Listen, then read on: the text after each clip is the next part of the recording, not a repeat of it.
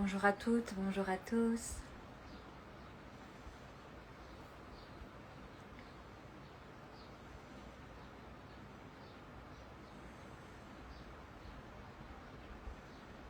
Bonjour.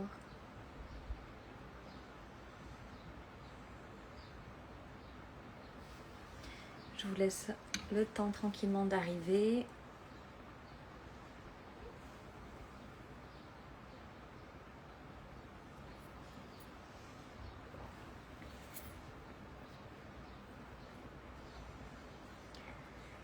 Très heureuse de revenir ici, par ici en live. Ça fait un petit moment. C'est toujours un exercice particulier. Bonjour à toutes, bonjour à tous.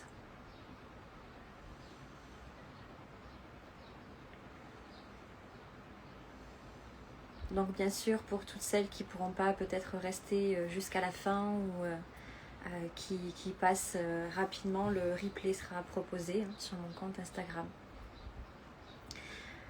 Bonjour à toutes. Allez, une petite minute et puis on va commencer. Je vous invite à vous préparer un petit thé, une petite boisson.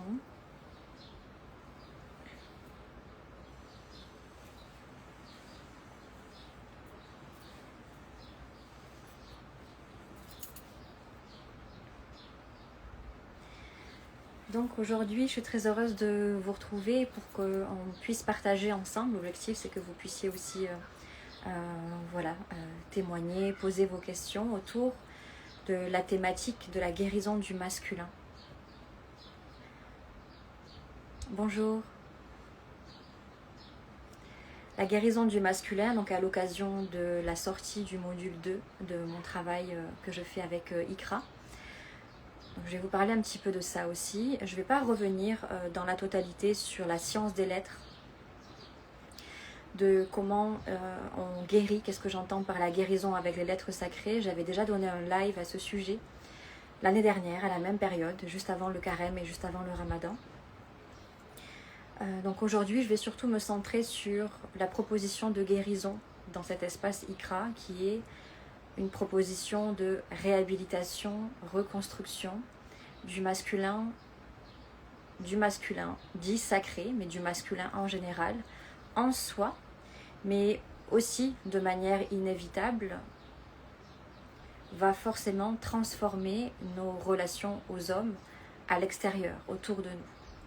C'est un espace qui s'adresse autant d'ailleurs aux femmes qu'aux hommes, puisque les hommes aussi bien sûr sont concernés, et je crois que nous soyons des femmes ou des hommes aujourd'hui, nous avons tous et toutes de manière collective cette responsabilité que de reconstruire ce masculin.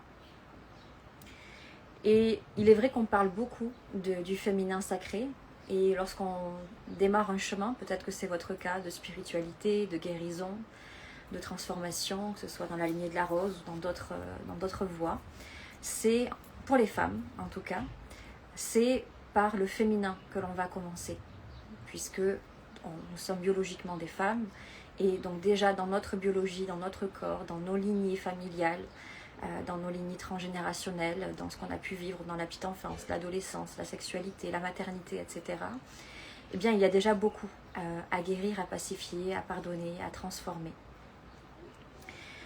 Et je me suis tout de même aperçue en tant que femme, déjà premièrement, et puis aussi en tant que thérapeute, que l'essentiel de la dynamique de guérison de la plupart des femmes est tourné vers leur féminin.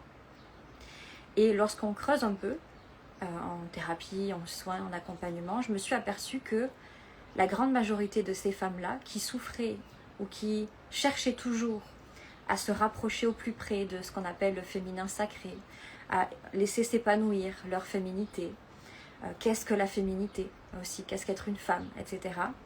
Eh bien, je me suis aperçue que dans 90% des cas, eh bien, c'est qu'il y avait un manque d'équilibre à l'intérieur. C'est qu'on ne peut pas guérir le féminin sans avoir guéri et reconstruit et pacifié, réhabilité le masculin à l'intérieur de nous.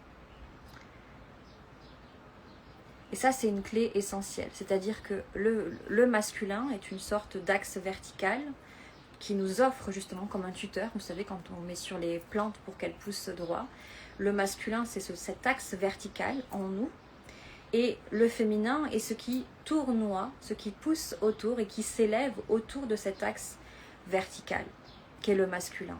Or, si nous avons un masculin intérieur qui est absent, par exemple, qui est tyrannique, qui est dangereux, considéré comme dangereux, qui est fragmenté, qui est déstructuré, eh bien notre masculin intérieur ne peut plus se positionner et offrir cet axe de verticalité au féminin pour qu'il puisse se déployer. Et puis donc la question à se poser, c'est lorsque je souhaite guérir mon féminin, c'est par rapport à quoi? Très souvent, on va guérir du féminin, avoir le besoin de guérir son féminin par rapport à notre vécu personnel. Et ce vécu personnel, je m'adresse majoritairement aux femmes, d'accord, aujourd'hui, et ce vécu personnel, il prend racine et on l'oublie beaucoup dans notre enfance, dans notre petite enfance, via les personnes qui nous ont éduqués. Donc très souvent, dans un schéma père, mère, par exemple, ou toutes les personnes qui ont servi à l'enfant de référents. De référents éducatifs, affectifs, etc. Ça peut être la grand-mère, l'oncle, en tout cas les personnes qui vous ont élevé. Mais dans tous les cas, biologiquement, la manière dont on a rencontré, vécu, expérimenté la dimension maternelle et la dimension paternelle vont être les deux premiers éléments de construction de notre féminin et de notre masculin.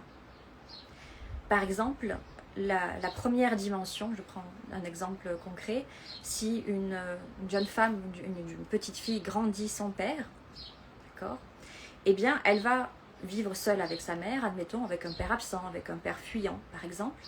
Donc elle va construire un féminin selon le modèle maternel et elle va développer un masculin selon le modèle paternel, mais qui est absent, qui est fuyant. Et donc, dans l'adolescence, l'âge jeune adulte, adulte, etc., on va s'apercevoir que pour la dynamique intérieure, psychique, énergétique et même spirituelle d'une petite fille qui a grandi sans père, par exemple, est tout à fait différente d'une petite fille qui a grandi dans un foyer avec un père et une mère. Okay. Tant bien même, il y a eu des référents masculins autour d'elle, des oncles, des grands-pères, etc., rien ne remplace dans la structure intérieure d'un être le féminin et le masculin construit par le père ou la mère. Ça, ce sont les deux premiers personnages influents et constructeurs de notre féminin et de notre masculin. C'est pour ça que très souvent, on en rigole beaucoup, mais par exemple, en thérapie, on commence toujours par la relation au père et la relation à la mère. Ok ?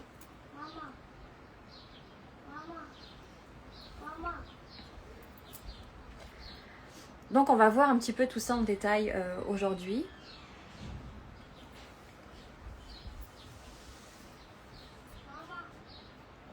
Donc pour toutes celles, je vois qu'il y a des commentaires qui défilent autour du féminin, de la mère, etc. Là j'en ai parlé, c'était la thématique de guérison du premier module, IKRA, les lettres du féminin.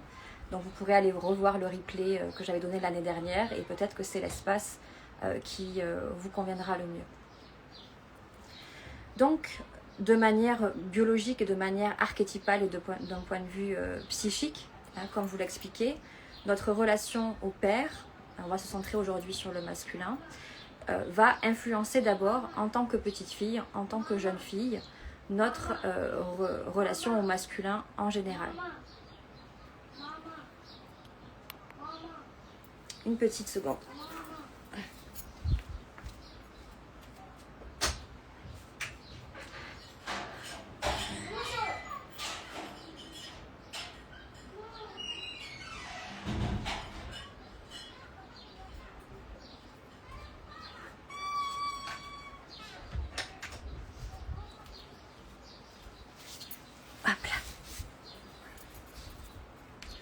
Alors, je reprends.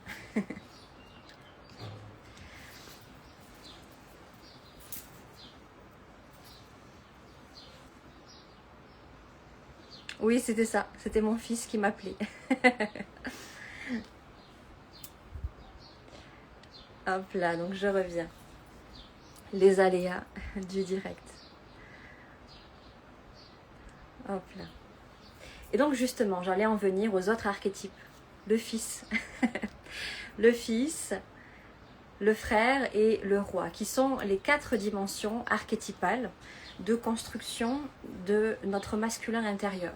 Le père, le fils, le frère et le roi qui est le résultat saint, relevé du père, du fils et du frère. Alors, dans le module IKRA que je vous propose, on aborde ces 4 archétypes du masculin dans leurs 3 dimensions, bien sûr, puisque on a le père que l'on peut rencontrer d'un point de vue, bien sûr, biologique, notre père biologique, le père biologique extérieur qui va aussi façonner en tant que femme notre manière d'être, on n'en parle pas beaucoup, un père pour nous-mêmes. On parle beaucoup dans la sphère du féminin, féminin sacré, comment peut-on apprendre à devenir une mère pour soi-même, mais on néglige aussi l'autre versant, et c'est là où c'est peut-être plus compliqué pour beaucoup de femmes, comment apprendre à être un père pour soi-même. Et qu'est-ce que ça veut dire, être un père pour soi-même, en tant que femme, okay.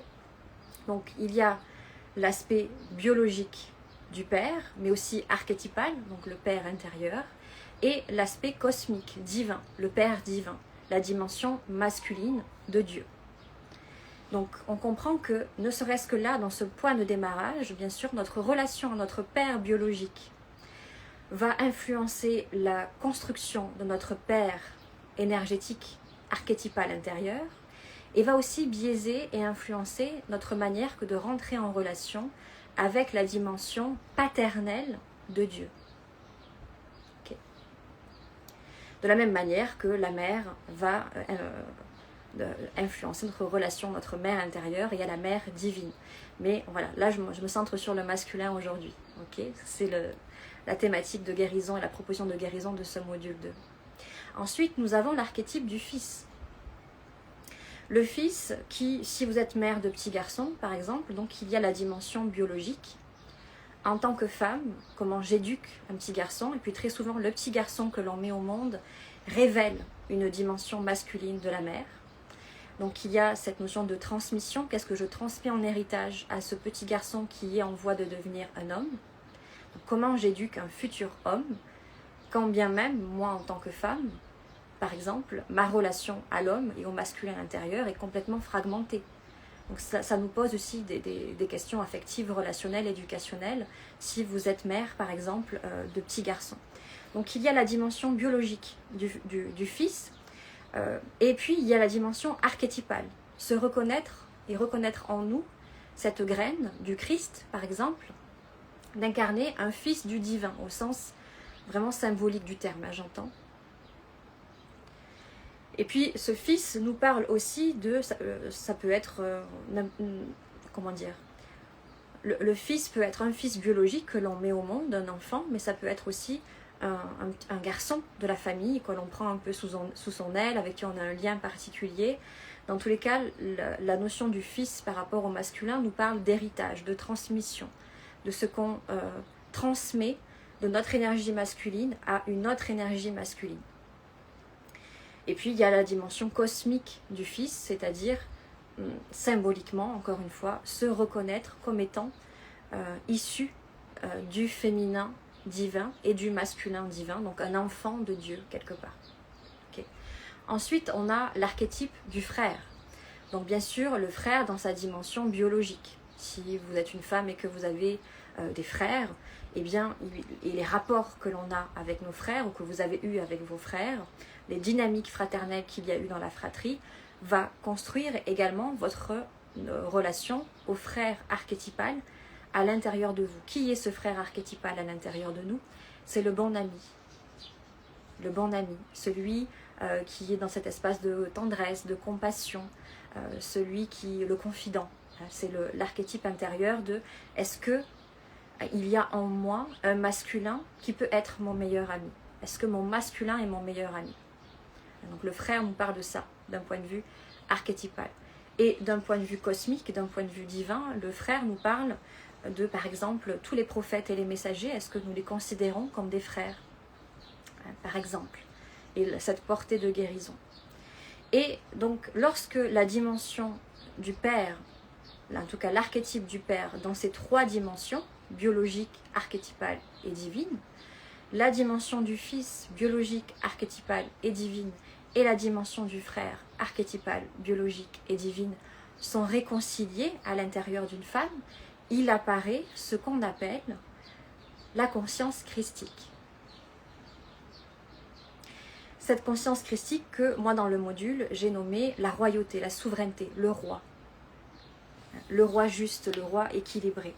Et pour moi il y a dans la dimension du roi toute la promesse de guérison et de réhabilitation d'un masculin complètement guéri et pacifié. Parce que qu'est-ce que le masculin vient contacter chez nous en tant que femme? Par exemple, si vous voulez partager d'après vous comment se met en mouvement et comment se joue ce masculin sacré en nous, en chacune d'entre nous en tant que femme.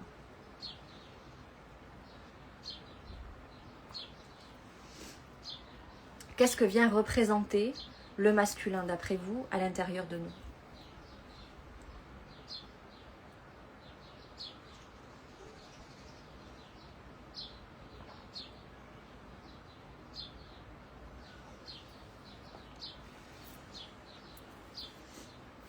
Donc par exemple, le masculin à l'intérieur d'une femme, le masculin à l'intérieur d'une femme, bien sûr, par exemple l'axe intérieur, la capacité d'action, la sécurité intérieure, effectivement. Mais premièrement, la protection, effectivement. Notre côté yang, l'action, nos limites, nos actions, la mise en place dans la matière, oui. Autorité et discipline, voilà, mais c'est là où je voulais en venir. C'est-à-dire que la première problématique que soulève un masculin absent ou non redressé, non remembré à l'intérieur d'une femme, c'est son rapport à l'autorité. Le rapport à sa propre autorité, ma propre autorité, et donc qui dit autorité englobe tout ce que vous avez cité, c'est-à-dire comment je pose mes limites, apprendre à dire oui, apprendre à dire non, apprendre à devenir son propre leader et à développer ce leadership à l'intérieur de soi, déjà pour soi-même. Et qui dit autorité dit capacité de décision et capacité d'action. Autorité, c'est d'accepter de dire non, quand bien même l'autre peut-être va moins nous aimer ou remettre en question notre parole, notre décision. L'autorité, c'est savoir discerner avec justesse, sans forcément se fier uniquement à ses émotions. Donc dans l'autorité masculine et dans cette énergie masculine, il y a aussi la réflexion, le discernement, l'esprit de synthèse. Là où le féminin va être plus dans l'émotionnel, dans l'intuitif, dans le ressenti corporel. Okay. Donc si on a un masculin tyrannique ou un masculin contrôlant, par exemple, à l'intérieur de nous en tant que femmes, eh bien on peut développer par exemple justement cette notion que de vouloir contrôler notre vie, notre environnement, les autres, avoir un rapport à l'autorité biaisée, hein, par exemple, soit notre propre autorité, soit l'autorité extérieure, avoir du mal à lâcher prise, avoir du mal à prendre des décisions ou au contraire, être dans l'extrême, être une femme avec une énergie majoritairement masculine, donc qui est très décisionnaire, très dans l'action, très tournée vers l'extérieur, et qui donc va complètement étouffer son féminin. Et donc ne va pas laisser de place à l'émotionnel, au corporel, même au spirituel, au sens intuitif du terme. Et là, vous commencez à comprendre pourquoi, ce que je vous expliquais au début, qu'à partir du moment où le masculin n'est pas redressé, n'est pas sain à l'intérieur d'une femme, elle aura beau faire toutes les années de thérapie, de coaching, d'énergétique qu'elle veut pour transformer et déployer son féminin, si le masculin, si l'axe principal n'est pas pacifié et rétabli, le féminin ne peut pas s'envoler, ne peut pas s'exprimer. Par exemple, s'il y a eu des schémas ou bien sûr des abus des abus du masculin sur le féminin, de la violence, etc. En réponse, il y a plusieurs réponses intérieures et psychiques qui peuvent prendre naissance chez la femme. Soit elle va déduire que tous les hommes sont dangereux et donc son propre masculin est dangereux, et donc elle va être très centrée et uniquement centrée sur son féminin, et donc ça va donner quelqu'un qui est très déraciné, qui a du mal à prendre des décisions, qui se laisse marcher dessus, qui se soumet facilement en fait à la vie du collectif, qui a du mal à mettre au monde effectivement, à poser ses limites, et qui est dans une forme de laisser aller quelque part. Ou alors on peut avoir une femme, si elle a vécu des violences par exemple, des violences corporelles, émotionnelles, physiques, sexuelles, etc., de la part d'un homme, eh bien la femme, pour pouvoir se protéger, va se construire par exemple un masculin extrêmement dans la domination, dans la manipulation, ce fameux tyran intérieur qui peut nous habiter. Voilà, pour vous donner quelques exemples. Dans tous les cas, on n'est pas dans un rapport sain à l'intérieur de nous, de notre féminin et de notre masculin.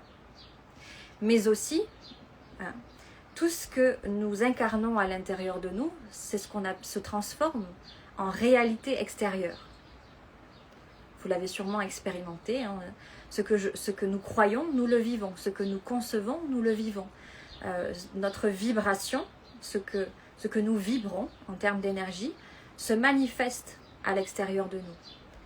Donc si, par exemple, mon état masculin intérieur, c'est un masculin fuyant, absent, qui ne s'engage pas, qui n'est pas très présent, qui ne prend pas trop de décisions, qui n'offre pas de sécurité intérieure et extérieure, eh bien il est fort probable que le masculin extérieur que je vais rencontrer dans mes relations amoureuses, par exemple, soit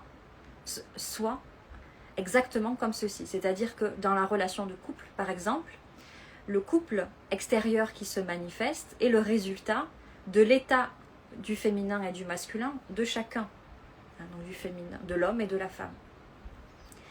Donc transformer notre rapport au masculin à l'intérieur de nous, c'est aussi s'offrir la possibilité que de transformer notre rapport au masculin à l'extérieur de nous, de faire la paix avec les hommes à l'extérieur de nous. Combien d'entre nous avons nourri, ou peut-être que c'est encore votre cas, la croyance que tous les hommes étaient les mêmes, tous les hommes étaient violents, tous les hommes étaient fuyants, tous les hommes étaient non engagés, etc., etc., etc., par exemple. Mais finalement, ces déductions ne faisaient que raconter ce que nous avons construit de notre masculin à l'intérieur de nous. Et lorsque l'on s'autorise à percevoir et à inviter en nous peut-être de la tendresse masculine, une paternité redressée, une fraternité où le masculin devient un frère, un ami, un compagnon, où le masculin devient un père autoritaire, mais à l'intérieur de nous, un père qui nous veut du bien, pas un père tyrannique. Lorsqu'on réconcilie aussi en nous le fils, c'est-à-dire notre volonté que de transmettre au monde une énergie masculine renouvelée, comme dans le mythe d'Isis et Osiris par exemple, où Horus vient représenter ce fils, donc cette nouvelle conscience masculine. Eh bien, on s'offre et on se place et on place notre masculin dans un espace de royauté, de souveraineté, à l'exemple du roi David dans les Écritures saintes, ou du roi Salomon par exemple dans les Écritures saintes aussi, Soleiman. Eh bien, on reconstruit un masculin qui exerce une autorité avec justesse et justice, qui est autant un être de tendresse qu'un être de courage, un être de compassion qu'un être de discernement, et un masculin offrant une verticalité, une sécurité, sans chercher à dominer le féminin, sans chercher à étouffer le féminin. Et ce travail-là, entre guillemets travail, je pense qu'il est essentiel, voire primordial, pour chaque femme et pour chaque homme aussi, puisque les hommes ont beaucoup à reconstruire aussi de leur masculinité, ne serait-ce que par l'environnement sociétal dans lequel nous vivons. Reconstruire notre rapport à l'autorité pour pouvoir incarner nous-mêmes notre propre autorité souveraine, déjà à l'intérieur de nous. Et également guérir des siècles de patriarcat, guérir peut-être des années de souffrance personnelle, de violence transgénérationnelle, etc., etc. De se dire que certes, ce que j'ai vécu, c'est ce que j'ai vécu, c'est mon histoire, mais aujourd'hui, comme avec mon féminin, j'ai le choix aussi d'incarner un masculin différent de ce que j'ai subi. Et ça commence par reconnaître et pouvoir nommer, pouvoir pointer du doigt, entre guillemets, notre état intérieur actuel de notre masculin. Bon, mais voilà dans quel état mon masculin est actuellement. Pour pouvoir reconstruire cet axe de sécurité intérieure, pour pouvoir poser les actes que je souhaite poser. Exactement, Nicolas, on a un vrai travail à faire sur notre masculin et finalement sur la société en général. Oui.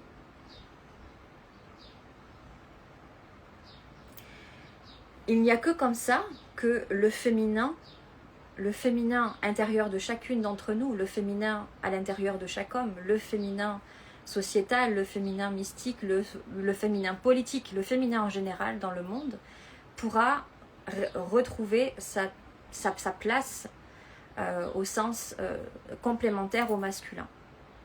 C'est-à-dire que la réponse du patriarcat n'est pas le matriarcat non plus. Okay. Et le masculin a tellement été souffrant, donc là je m'adresse aux femmes, a tellement été un espace de souffrance pour beaucoup de petites filles, jeunes filles, adolescentes, jeunes femmes, etc., que finalement on se retrouve avec des femmes aujourd'hui, en tout cas dans ce que je constate et dans mon propre chemin personnel, qui ont un masculin intérieur qui est souvent aux deux extrêmes. Soit il est complètement absent, soit il est complètement tyrannique. Et ces deux extrêmes doivent être pacifiés, doivent être guéris pour arriver à cet équilibre qui est ce masculin que j'appelle royal, christique, et je vais développer un petit peu avec vous ce que j'entends pour le masculin christique. Quels sont les indicateurs d'un masculin guéri chez une femme? Vaste question, ça dépend de chaque femme. Je ne pourrais pas te donner de loi universelle, parce que ça dépend vraiment de l'histoire de chaque femme, mais généralement, alors guéri c'est un grand mot, d'accord? C'est-à-dire que je pense qu'on ne guérit jamais totalement de nos traumatismes, de nos douleurs. Pour moi, la guérison, c'est une transformation. La guérison, c'est pas l'absence de douleur ou de symptômes ou d'émotions par rapport à un événement. Donc on est sans cesse en train de transformer, si tu as vécu un trauma par exemple, ce que j'entends par guérison, c'est la transformation de ce trauma à l'intérieur de toi. Est-ce que ce trauma va encore influencer ton état intérieur et ta réalité extérieure, ou est-ce que tu apprends à vivre avec et à transformer le trauma peut-être en enseignement, en sagesse, en force? Là, pour moi, on parle de guérison. Donc, je reprends. Les indicateurs d'un masculin transformé, peut-être pacifié chez une femme, eh bien, c'est une femme qui a autant cette droiture masculine qui a une forme d'autorité naturelle, entre guillemets, de limite, de discernement, d'autorité, en fait, finalement, de discipline, etc. Tout autant qu'elle peut être dans cette énergie maternelle, bienveillante, intuitive, très spirituelle, donc très éthérée, finalement. Donc, c'est dans cette voie de l'équilibre, d'accord? Mais encore une fois, ce sont des grandes lignes qui ne sont pas forcément universelles, parce que la manière dont toi, Dekra par exemple, le masculin guéri, transformé va se manifester, va être différent chez moi par exemple. Ça dépend de nos histoires, ça dépend de nos caractères, ça dépend de nos destinées, de nos chemins et de comment aussi est ton féminin. Puisque c'est une question d'union féminine-masculine. Donc ton féminin n'est pas le même que le mien et ton masculin n'est aussi pas le même que le mien. Donc c'est vraiment différent d'une femme à l'autre, j'ai envie de dire.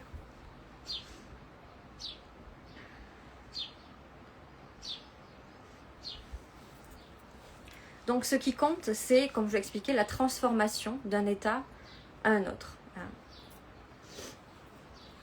Donc qu'est-ce qu'on appelle, parce qu'il bien sûr il n'y a pas que moi, la conscience christique. Dans ce module 2 d'Ikra, pour moi c'est ce chemin vers le Christ qui m'a inspirée, parce que premièrement, c'est tout ce chemin personnel de guérison de mon propre masculin que aujourd'hui je manifeste au monde. C'est parce que je suis passée par ce chemin de reconstruction du masculin, de guérison du masculin, de transformation de mon rapport aux hommes, que aujourd'hui, des années après mon propre parcours, eh bien, j'ai pu mettre au monde cette voie de guérison, cette voie pédagogique avec Ikra de réhabilitation du masculin.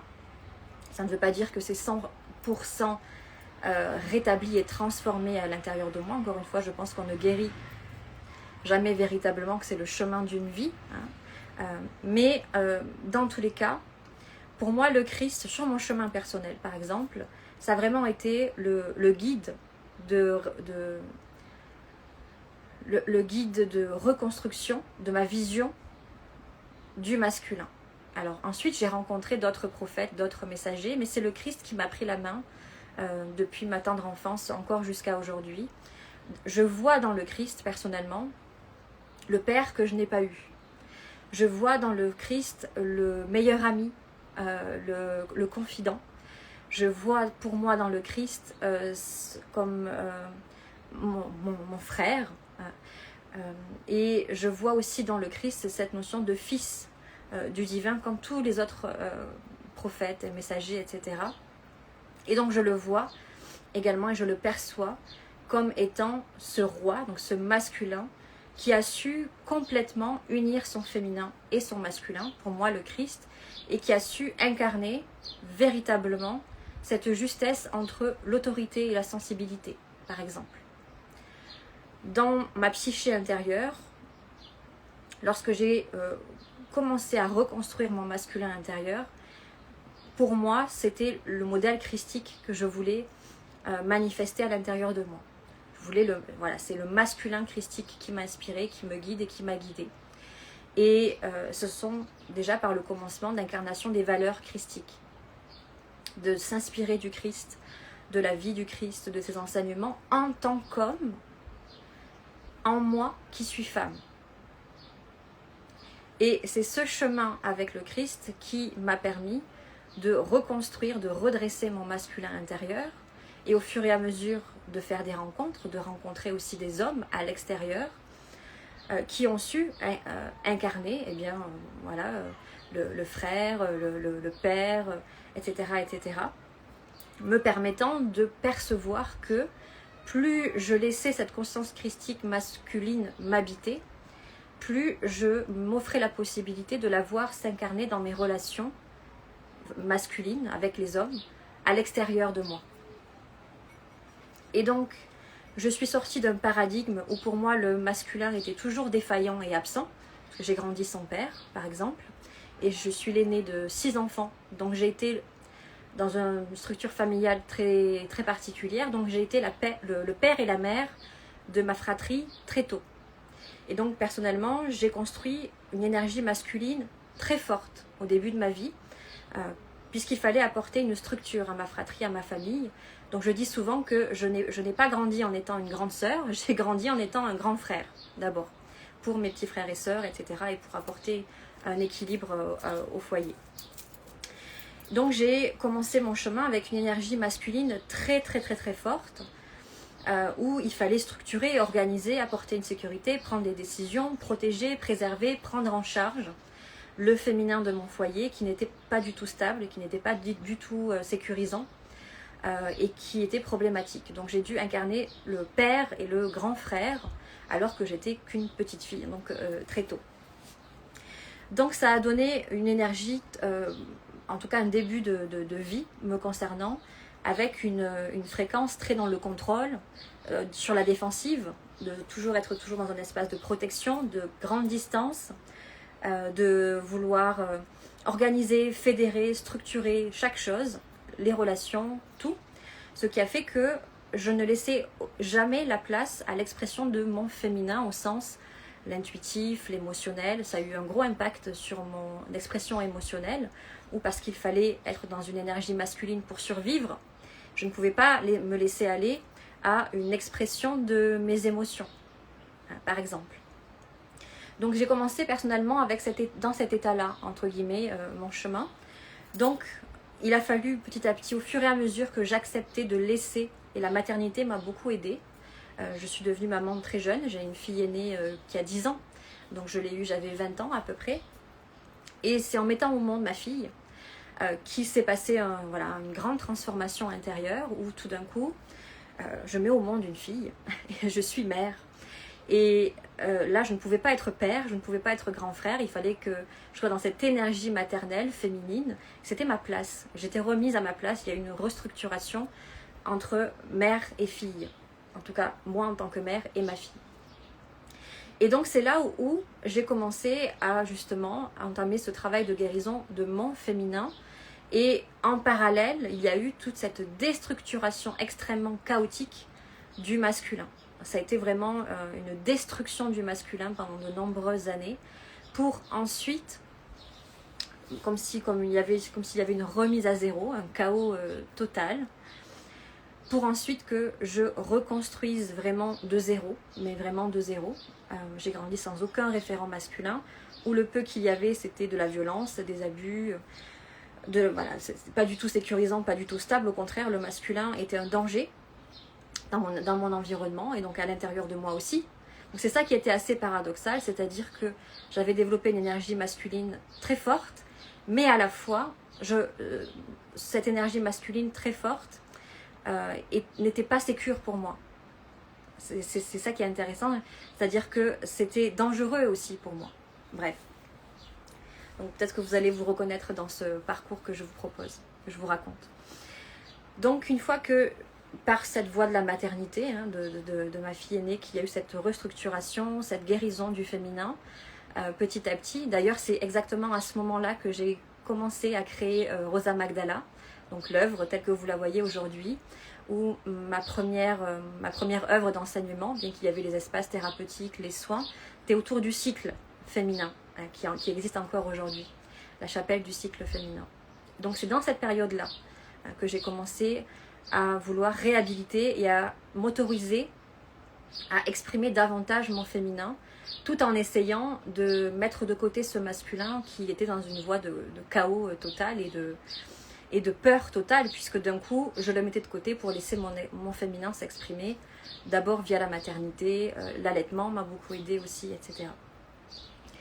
Et puis, comme je vous l'expliquais, c'est ensuite la rencontre avec le Christ, une rencontre intime, par différentes expériences, un chemin, je vais essayer de faire dans les grandes lignes, un chemin de foi. C'est d'abord le Christ thérapeute que j'ai rencontré, puisque j'étais thérapeute, je suis thérapeute, la guérison, et c'est comme ça que le Christ, c'est comme ça que je le vois en premier, qui s'est présenté à moi en premier. Donc c'est intéressant de voir que même les messagers et les prophètes se présentent à nous via des dimensions archétypales que nous incarnons, qui nous sont intimes, dont nous comprenons le langage.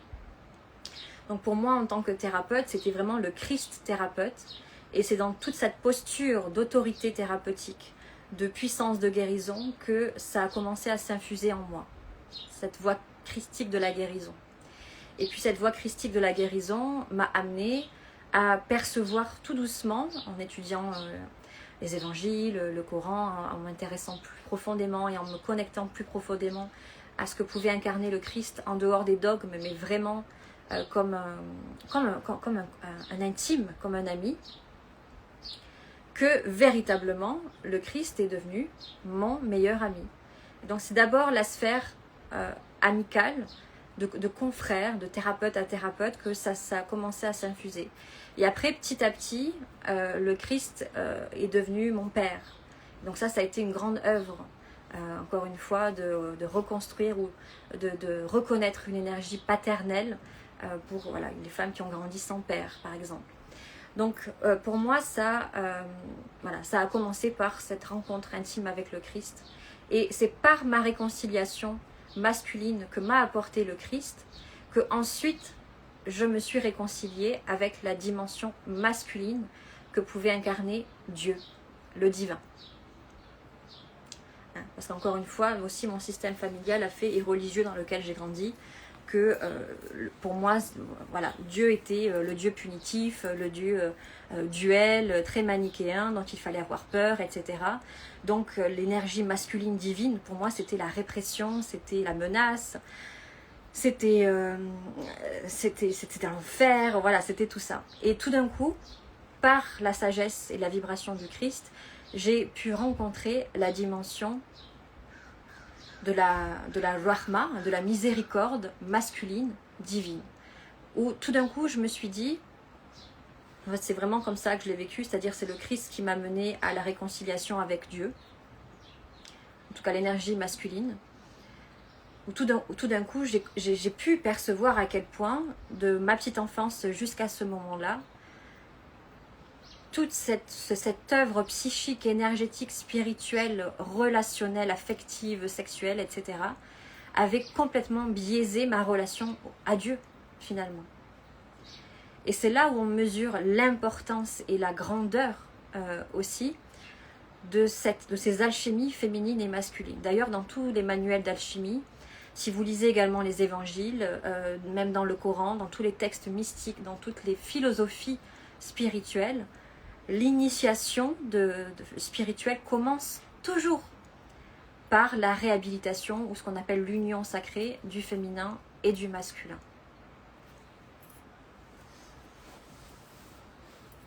Et puis ensuite, le chemin a fait que, au fur et à mesure que j'ai transformé, que l'on transforme donc notre vision de Dieu, je suis tel que tu me conçois, Dieu nous dit. Donc c'est-à-dire que si je conçois que Dieu est un être dans sa dimension masculine, punitif, tyrannique, très autoritaire, qui est que dans l'interdit, etc., eh bien je vais expérimenter ça. Mais si je change ma vision masculine du divin, si pour moi tout d'un coup le divin c'est ce père protecteur qui me veut du bien, qui veut m'élever, qui veut m'apporter une sécurité, une structure, et qui dépose un regard aimant sur la femme que je suis, sur la petite fille que je suis. Et vous savez, comme voilà, le rôle du père, c'est de pousser vers l'envol, les enfants. Si je perçois Dieu comme étant dans cette énergie masculine-là, eh bien je fais une expérience de la foi, je fais une expérience de la vie tout à fait différente. Et forcément, je m'ouvre à un potentiel relationnel tout à fait différent aussi. Où tout d'un coup, l'homme que je rencontre, l'homme que j'ai en face de moi, n'est pas forcément dominant, n'est pas forcément manipulateur, etc., etc. Et je laisse la place aussi à d'autres formes de conscience masculine, chez les hommes autour de moi, de me rencontrer. Et c'est là où on peut expérimenter, où on s'autorise à incarner d'abord ce qu'on appelle le masculin sacré, c'est-à-dire un masculin qui est qui est devenu beaucoup plus sain, beaucoup plus équilibré. Et c'est aussi là qu'en tant que femme, je peux me déployer.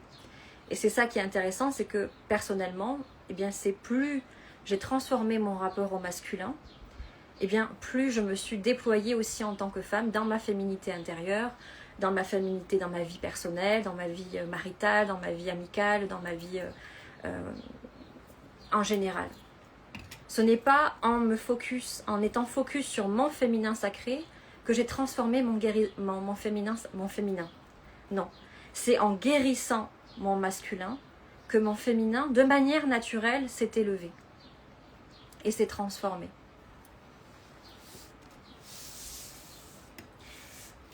Et donc c'est un chemin qui nous concerne, je pense, toutes, à différentes dimensions. Et c'est pour cela qu'il m'apparaissait évident, très certainement, que ce chemin de guérison et de transformation, je n'aurais pas pu le mettre au monde peut-être il y a 1 an ou il y a 2 ans, etc. Chaque chose arrive à son temps, où là je sentis que c'était le moment de maturité, que j'avais assez suffisamment cheminé aussi de mon côté. Puis j'accompagne énormément de femmes dans cette dynamique-là. Et d'ailleurs c'est intéressant parce que de plus en plus, les femmes que j'accompagne viennent me voir pour ces thématiques-là, que j'ai pu extraire de mon chemin personnel, mais aussi extraire de ma posture de thérapeute, d'accompagnante, etc., de croyante, de mystique, peu importe comment vous l'appelez, cette pédagogie de guérison et la mettre au service via ce que j'appelle la science des lettres, en tout cas via les lettres sacrées, donc l'araméen, le hiéroglyphe, l'arabe ou l'hébreu, où chaque lettre de ces alphabets sont des fréquences, sont des vibrations. Donc alif, lam, mim en arabe, mem, yod, resh en hébreu, pareil en araméen, et ces alphabets prennent leur source dans le hiéroglyphe. Okay. Or, dans la conception originelle de ces alphabets dits sacrés, chaque lettre est une fréquence. C'est-à-dire que chaque lettre nous transforme et produit, incarne une réalité. D'accord ? Au commencement était le verbe, c'est dans la Genèse.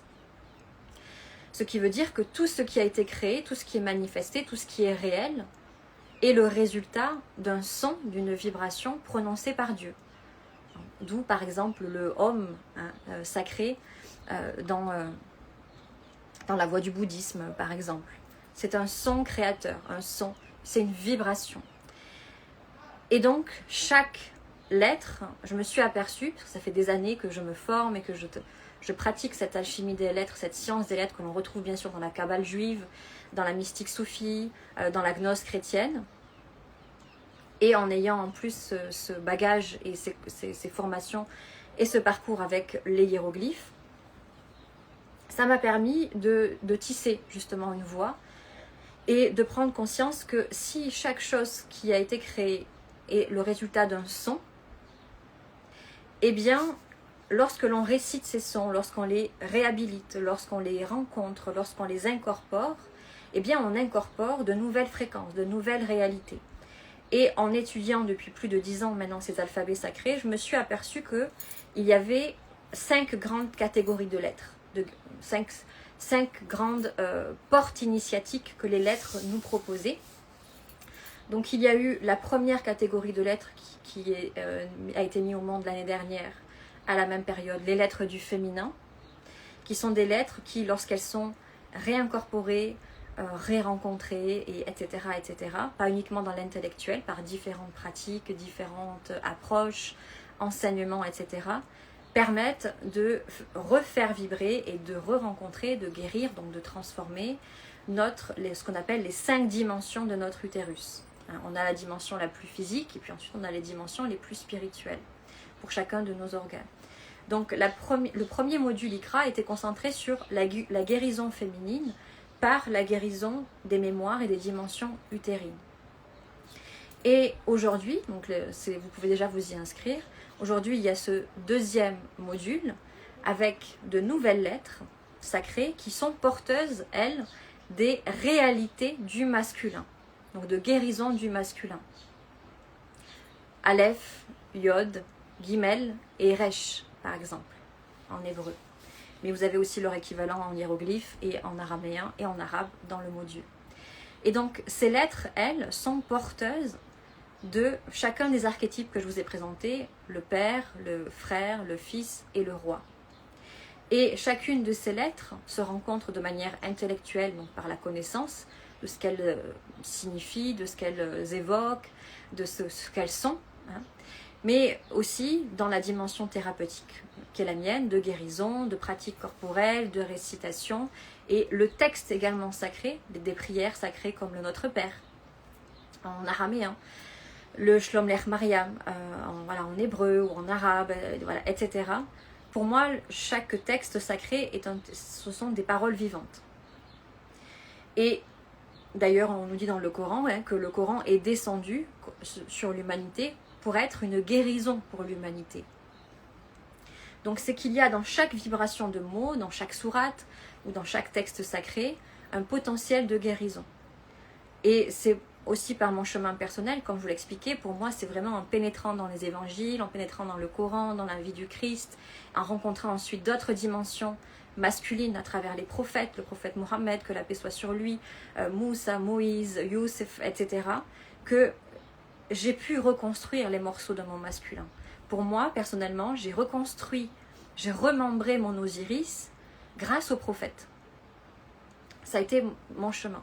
C'est pour cela qu'aujourd'hui, dans ma voie thérapeutique, c'est ce que je transmets, les visions et les postures archétypales des prophètes. Pour moi, chaque prophète masculin incarne un fragment du grand masculin. Et donc il y a là une clé pour nous, en tout cas c'est ce que j'ai déployé, c'est ce que j'ai expérimenté, c'est ce que je mets au service.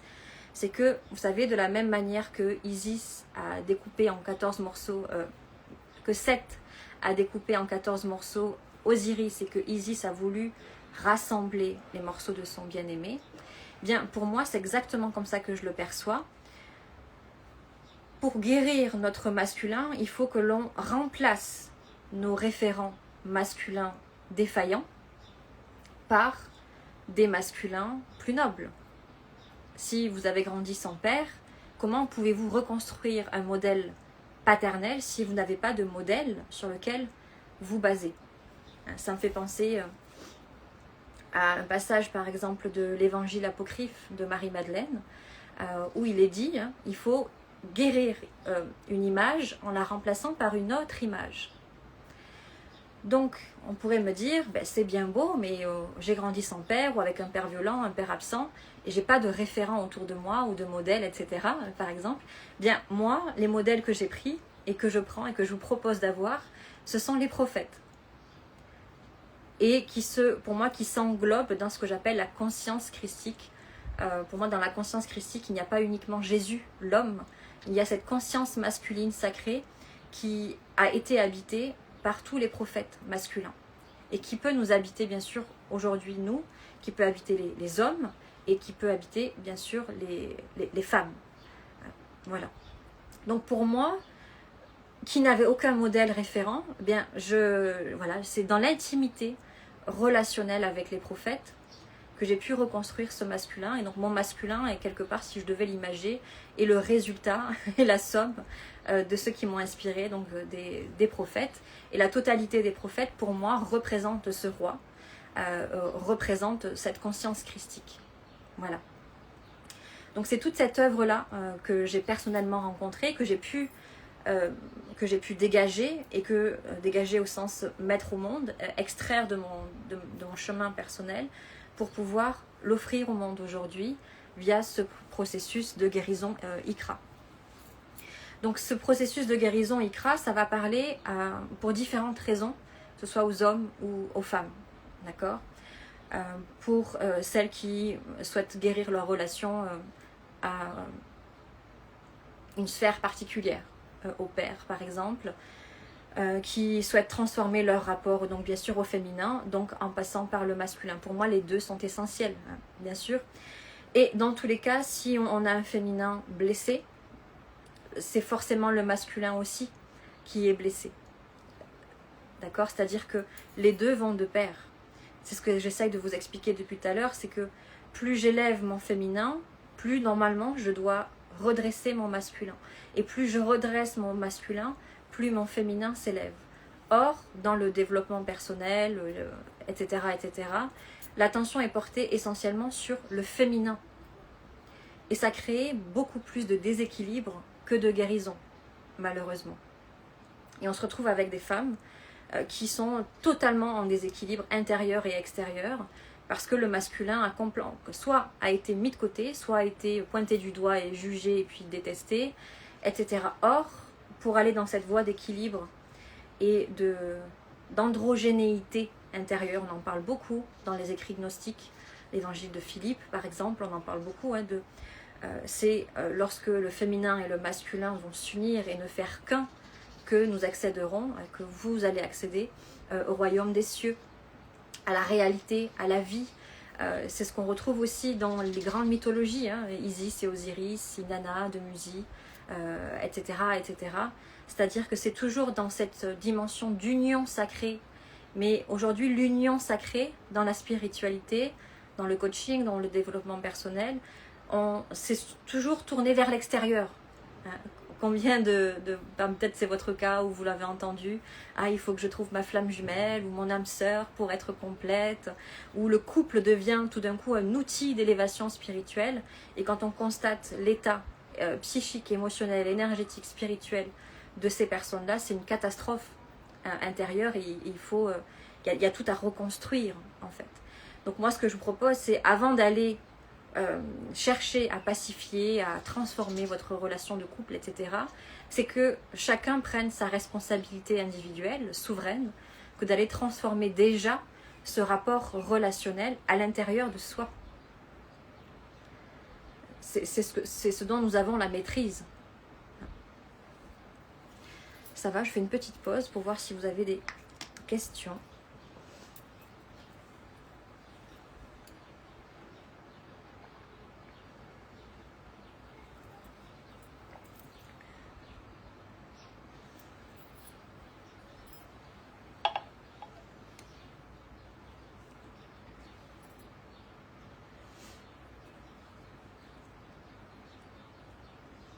Et ce qui est intéressant, tant que vous puissiez poser vos questions ou réagir ou partager si vous le souhaitez, c'est que vraiment ces 2-3 dernières années, je me suis vraiment sentie poussée vers cette voie de transmission, de guérison du masculin sans pouvoir la nommer. C'est-à-dire que, contrairement à ce qu'on pourrait peut-être penser d'un point de vue extérieur, lorsque les femmes me rencontrent, surtout lorsqu'on est ensemble dans les séjours en Égypte, etc., la grande majorité des femmes que je rencontre, en termes de guérison, ce qui ressort de leur séjour thérapeutique, des retraites, etc., c'est la guérison du masculin. Et ça, c'est quelque chose que j'ai mis du temps à percevoir. Vous savez que ce qui nous a blessés d'abord profondément, ça va devenir notre voie médecine. Et donc, je me suis aperçue que de plus en plus, de manière sans faire forcément exprès, ma posture, ma présence, mon énergie, mais aussi les structures, voilà, tout ce que je mets en place durant les retraites, les séjours, etc. Les voies médecine, quand bien même j'œuvre vers le féminin, pour le féminin, avec des pratiques très féminines et des enseignements mystiques au féminin, eh bien ça vient guérir et transformer le rapport au masculin des femmes que j'accompagne. Et je trouve ça très, très intéressant, très, très profond. Et c'est ce qui m'a permis aussi de me rendre compte que voilà, c'était le moment aussi pour moi, pour le collectif, que de mettre au monde ce module ICRA. Il a aussi fallu que je prenne le temps de percevoir que j'avais cette médecine, que j'étais porteuse de cette voie de réconciliation avec le masculin et pas uniquement avec le féminin, pour comprendre aussi ce que je pouvais incarner et ce que je pouvais émettre comme vibration, donc je ne m'étais pas forcément aperçue.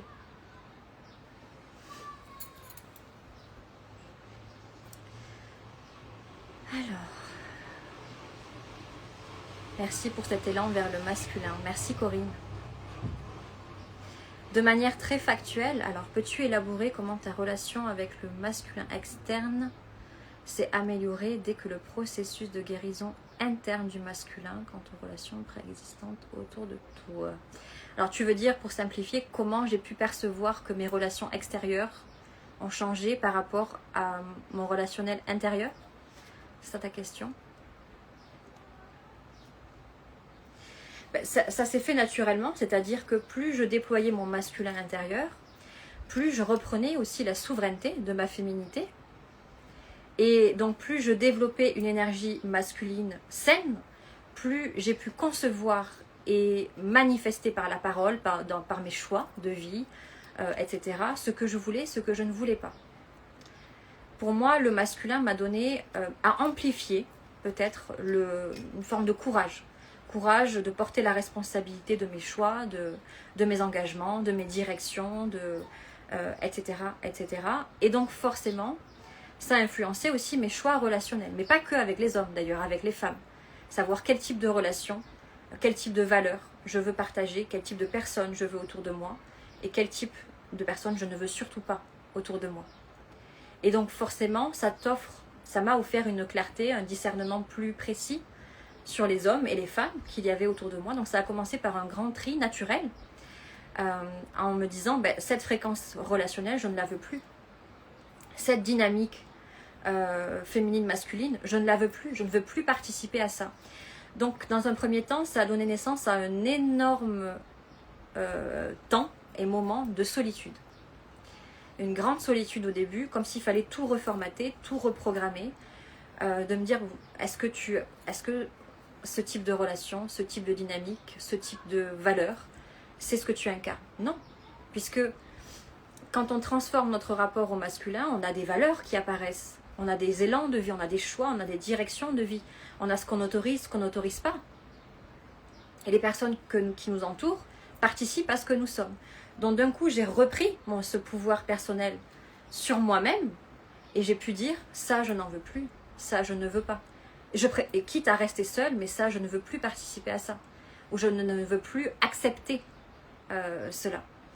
Mais en parallèle, la question qui s'est posée, c'est du coup, qu'est-ce que tu veux comme système relationnel dans ta vie? Je veux des personnes qui ont ces valeurs, ces valeurs, et ces valeurs, et ces valeurs. Et à partir de là, il y a un tri qui se fait dans les personnes que tu rencontres. Moi, j'arrive très vite à cerner un petit peu les personnes ou les dynamiques relationnelles qui se jouent. Et donc, très vite, on est plus capable de déterminer si cette relation est un bienfait pour nous et si nous sommes un bienfait pour l'autre aussi.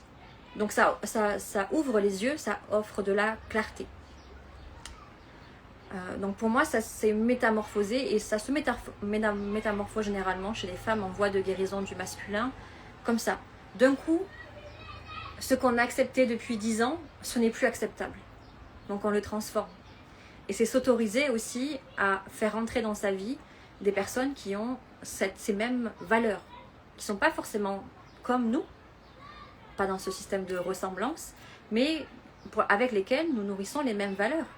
Et pas que dans le lien amical ou amoureux, dans le lien professionnel, dans ma relation aussi avec mes frères, parce que j'ai des frères, j'ai 2 petits frères, dans mon travail de pardon envers les hommes de ma vie, etc., etc.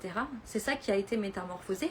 Et puis, si je construis un masculin intérieur avec le modèle christique, eh bien, très vite pour moi, il était évident qu'il fallait qu'il se manifeste autour de moi des hommes qui soient, ne serait-ce que dans cette même dynamique, dans la foi, dans l'incarnation de la foi, etc., avec toutes nos imperfections, bien sûr. Donc pour moi, ça a été de déterminer, ok, j'ai construit mon masculin intérieur comme ça, mais c'est ce que je veux aussi à l'extérieur. Et donc, mes choix de sélection, entre guillemets, voilà, pour ma vie, pour mes relations, etc.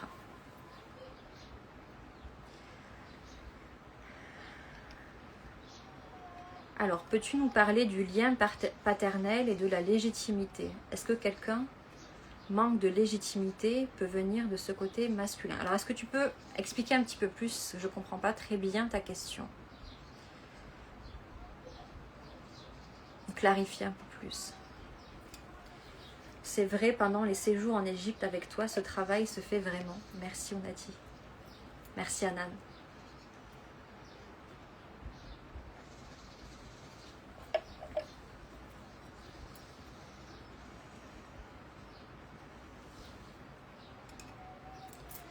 Et puis la vie m'y a poussé littéralement. Hein, dans mon quotidien ici en Égypte, je suis très souvent la seule femme dans mon environnement. Je suis entourée d'hommes. Et donc ça m'a aussi beaucoup appris, beaucoup enseigné, d'être souvent la seule femme parmi beaucoup d'hommes. D'être au quotidien, voilà, bon, il y a mon mari, il y a mon fils, il y a les oncles, c'est une famille, la famille de mon mari est une famille à majorité masculine. Donc j'ai beaucoup de beaux-frères, il y a beaucoup de cousins, etc. Et qui sont dans cette droiture avec leur imperfection, mais avec qui je vis, parce que je vis une vie en communauté. Donc on vit tous ensemble. Et donc cette proximité avec le masculin, que moi je n'ai pas eu quand j'étais enfant, m'a transformée et m'a guérie. D'un coup, j'ai une quinzaine de grands frères, une quinzaine de grands-pères, etc. Et donc c'est vrai que voilà, Dieu m'a offert cette possibilité et c'est ce qui m'a permis aussi de voir les hommes autrement de l'environnement dans lequel j'avais grandi et de reconstruire en fait une famille masculine que je n'ai pas eue. Et je ne peux pas l'enlever, je ne peux pas le nier, je ne peux pas dire que c'est juste le résultat de mon travail personnel intérieur. Non, Dieu a mis aussi sur mon chemin cette vie très particulière que je mène, qui est essentiellement entourée d'hommes. Essentiellement entourée d'hommes. Pourquoi es-tu la seule femme? Les femmes sont reléguées à l'intériorité. Je suis en ce moment en Égypte et c'est ce que j'observe, ne serait-ce qu'en marchant dans les rues. Alors non, moi je parle de ma famille parce que ma belle-mère a eu beaucoup de garçons et que après les frères ont eu beaucoup de garçons, etc. etc. Donc c'est tout. Sinon après, ce n'est pas du tout dans un système de les femmes sont cachées ou etc. Non, il y a beaucoup de femmes autour de moi, mais je parle dans le système familial dans lequel je suis aujourd'hui. Mais la plupart du temps, ça dépend où tu vas en Égypte. Hein, les femmes, elles sont partout. On est là. Donc ce n'est pas du tout culturel ou quoi que ce soit. Je parlais vraiment du système familial dans lequel je vis, moi, personnellement. Si je prends mes voisins, par exemple, eux, c'est l'inverse. C'est un système familial où il n'y a que des femmes. Parce qu'on vit vraiment avec les anciens, avec les frères, avec les oncles. Alors chacun a son espace intime. Mais on est tous dans la même rue, hein, par exemple. Donc une rue, c'est une famille, très souvent. Et dans la famille de mon mari, il y a majoritairement des hommes. Voilà, c'est ça que je voulais dire.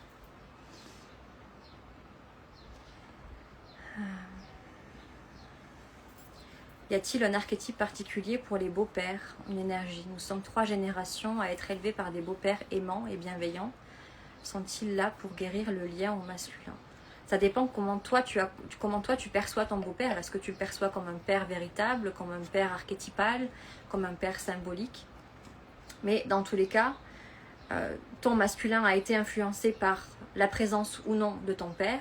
Et ensuite, s'il y a eu un autre référent masculin, il va te permettre de transformer ou de guérir un de ces archétypes, le père, le fils ou le frère.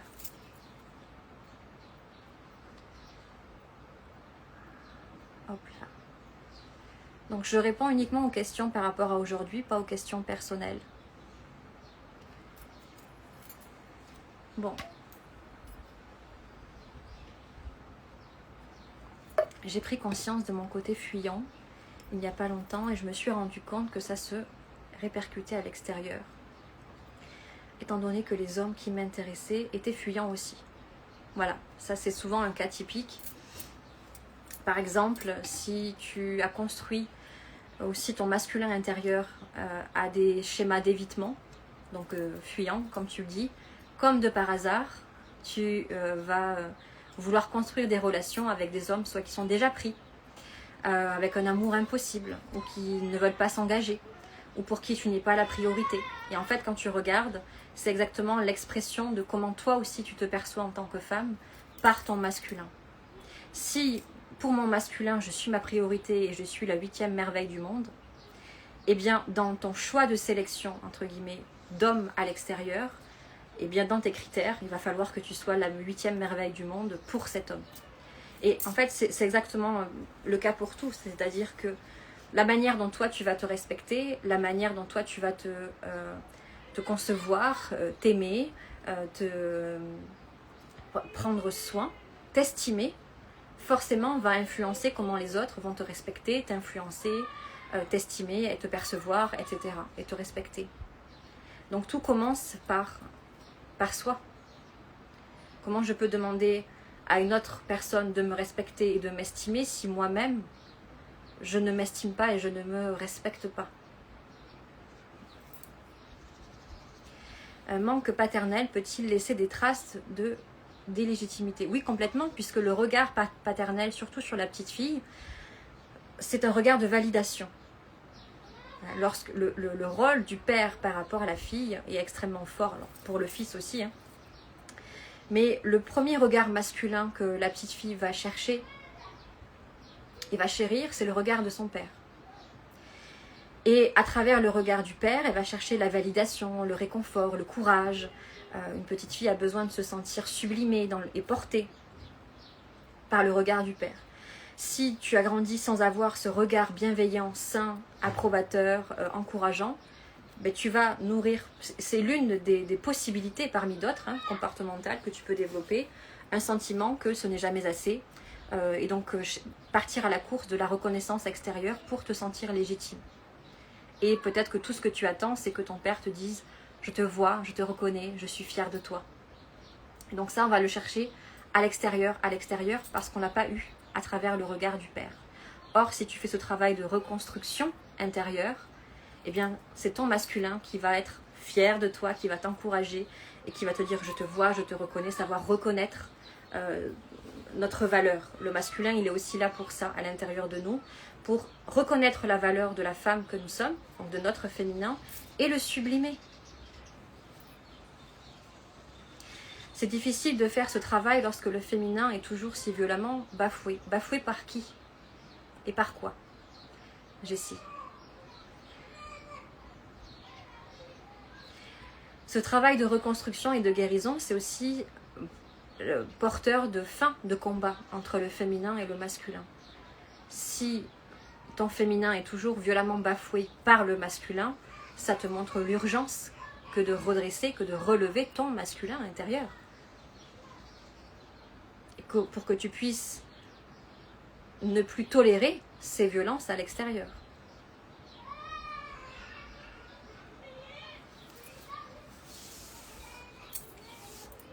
Donc peut-être vous parler un petit peu concrètement de ce que vous allez trouver dans ce module Ikra, en tout cas pour toutes celles qui souhaitent démarrer par exemple ce processus là à la veille, à quelques jours du Ramadan ou du Carême, ou même si vous ne pratiquez pas le jeûne du Carême ou du Ramadan bien sûr.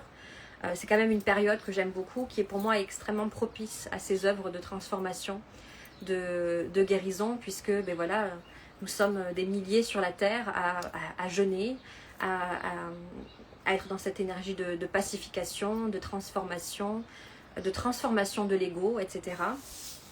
Et donc ça peut être le moment avant Pâques, avant tout ça, d'entamer ce travail de pacification et de réhabilitation du masculin. Donc dans ce module d'Ikra, vous allez, en tout cas dédié au masculin, retrouver à peu près au total, en somme, plus de 11 heures d'enseignement. Donc il y a autant des enseignements bien sûr sur les lettres guérisseuses, sur les archétypes en profondeur. Là aujourd'hui ici je vous parle vraiment dans les grandes lignes, je ne peux pas aller dans les profondeurs, vous voyez il m'a fallu 11 heures, 11 heures de contenu, donc vidéo, audio, etc. Donc c'est 11 heures de contenu où j'essaye d'apporter surtout dans ce module et la dimension donc, psychologique, hein, puisque c'est la psychologie ma formation principale, psychologique, thérapeutique, ensuite énergétique et spirituelle. Donc vous avez 11 heures de contenu et d'enseignement, donc de vision thérapeutique, psychologique, etc. sur chacun de ces archétypes, avec des pratiques, donc là la voix plus féminine, plus corporelle pour incarner toutes ces voies thérapeutiques et intellectuelles qui me tiennent à cœur, des supports différents et variés qui traversent la lignée des mirophores, vous avez une playlist, vous avez voilà, des mouvements du corps, vous avez beaucoup de choses. Pour moi, ce qui m'intéresse dans cette alliance, dans ma voie thérapeutique, c'est d'unir la compréhension mentale, la transformation énergétique et émotionnelle et l'élévation spirituelle. Et ce module, comme le premier, réunit les trois. C'est la voie thérapeutique que je porte et que je transmets. Donc 11 heures de contenu, d'enseignement et de pratique. Et vous avez également plus de, à peu près, mon assistant a fait le compte, au total plus de 300 pages de PDF pour pouvoir vous appuyer avec des exercices, avec voilà, des supports en fait sur lesquels vous pouvez travailler, etc. En plus de ça, vous avez des méditations, vous avez des enseignements approfondis sur les alphabets sacrés, sur chacune des lettres et sur les archétypes, sur leurs dimensions, des challenges, des propositions thérapeutiques de guérison, etc. Donc encore une fois, tout ce que on a évoqué ici, c'est un résumé du résumé du résumé. Voilà, donc... Et ce module, je l'ai conçu pour que vous puissiez le parcourir à votre rythme. Donc, vous pouvez vous inscrire par exemple dès aujourd'hui. Vous avez accès à la plateforme d'enseignement, de pratique, dès que vous vous inscrivez. Et vous pouvez le parcourir à votre rythme. Vraiment, voilà, il n'y a pas de, ce ne sont pas en rencontre live. Tout est préenregistré, mis sur votre plateforme de cheminement. Vous pouvez vous connecter, avancer à votre rythme, le faire quand vous voulez. Il n'y a pas de temps limité auquel il faut vite finir le module, etc. Il est construit pour que vous puissiez rencontrer un archétype par mois, pour qu'on puisse prendre le temps, pour que vous puissiez prendre le temps, parce que c'est quelque chose qui est très profond et qu'on ne peut pas parcourir en quelques jours. Donc la somme du parcours est à peu près de 5 mois, mais par expérience avec les femmes qui ont fait ou qui font le module du féminin par exemple. Il y en a qui en 5 mois c'est parcouru et il y en a qui vont mettre 6 mois, 1 an.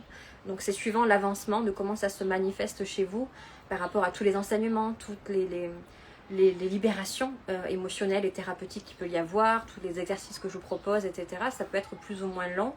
C'est pour ça que c'était important pour moi de tout mettre à disposition sur une plateforme. Et ensuite, vous êtes souveraine de votre chemin de guérison. Vous le parcourez à votre rythme, sur 5 mois ou plus. Alors, je remonte un peu les questions.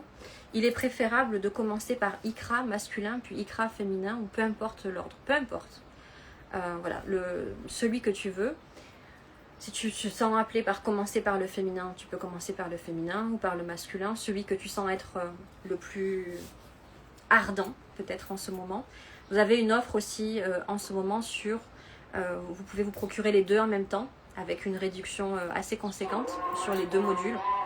Donc voilà, c'est comme vous le sentez, comme vous le pouvez. Il n'y a pas d'obligation non plus, c'est-à-dire que vous pouvez juste cheminer avec le masculin, mais il n'y a pas d'obligation à cheminer avec le féminin ou avec les autres modules, etc. C'est vous qui êtes totalement responsable et souveraine de votre chemin. Voilà, je parle de modules, mais ce n'est pas une formation, hein, vous l'aurez compris. C'est vraiment un espace de transformation personnelle. Bien sûr, vous avez des connaissances qui vous sont transmises, mais c'est pour guérir de manière intime et individuelle ces espaces en vous et avoir un espace qui soit beau et profond et safe aussi à la fois et qui puisse vous accompagner au jour le jour.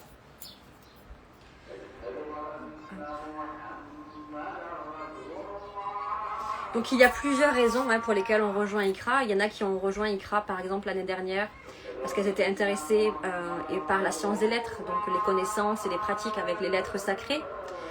D'autres qui complètement novices et qui n'y connaissent rien, mais qui étaient intéressés, qui sont intéressés par la proposition de guérison. Dans tous les cas, il n'y a pas de prérequis de niveau, etc. Tout vous est mis à disposition et peut-être ça peut être l'occasion de rencontrer une voie de guérison particulière. Mais voilà, il n'y a pas besoin d'avoir de grandes connaissances particulières, entre guillemets, que ce soit en araméen, en arabe, en hébreu, etc. Puisque du début à la fin, c'est accessible à tous, que vous soyez déjà pratiquant de l'alchimie des lettres, que vous connaissez déjà un petit peu les alphabets sacrés ou non. Vraiment, pour moi, les alphabets et les lettres sacrées sont des outils sur lesquels je m'appuie pour pouvoir amorcer ce travail de guérison et de transformation. Mais elles ne sont pas forcément, entre guillemets, le centre du protocole et du processus de guérison. Voilà. Elles sont des présences vivantes qui nous accompagnent.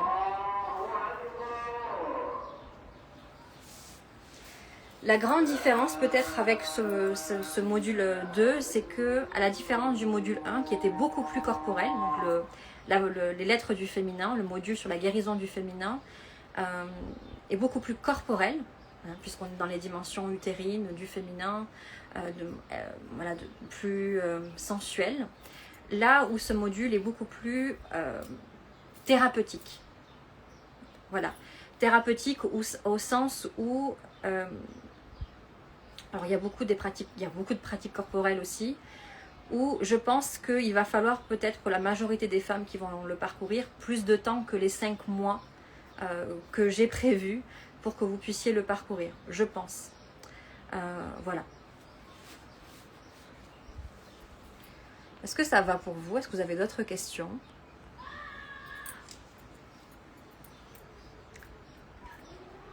Donc vous avez une offre de lancement à partir d'aujourd'hui en ce moment avec une réduction, donc vous pouvez rejoindre soit uniquement le module du masculin qui sort aujourd'hui, qui est disponible. Vous avez également une offre sur le pack des 2 modules si vous voulez vous offrir les 2 cheminements ensemble avec une offre aussi de lancement.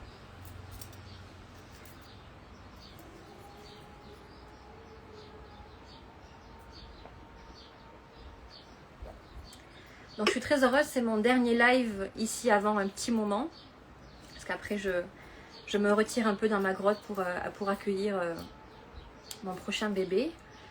Donc je ne pourrai pas revenir en live de suite, juste après. Donc je suis très heureuse et c'est très symbolique aussi pour moi de donner ce dernier live avant mon accouchement, Inch'Allah, autour du masculin. c'est donc redonner une place saine et équilibrée de notre masculin intérieur. C'est ça.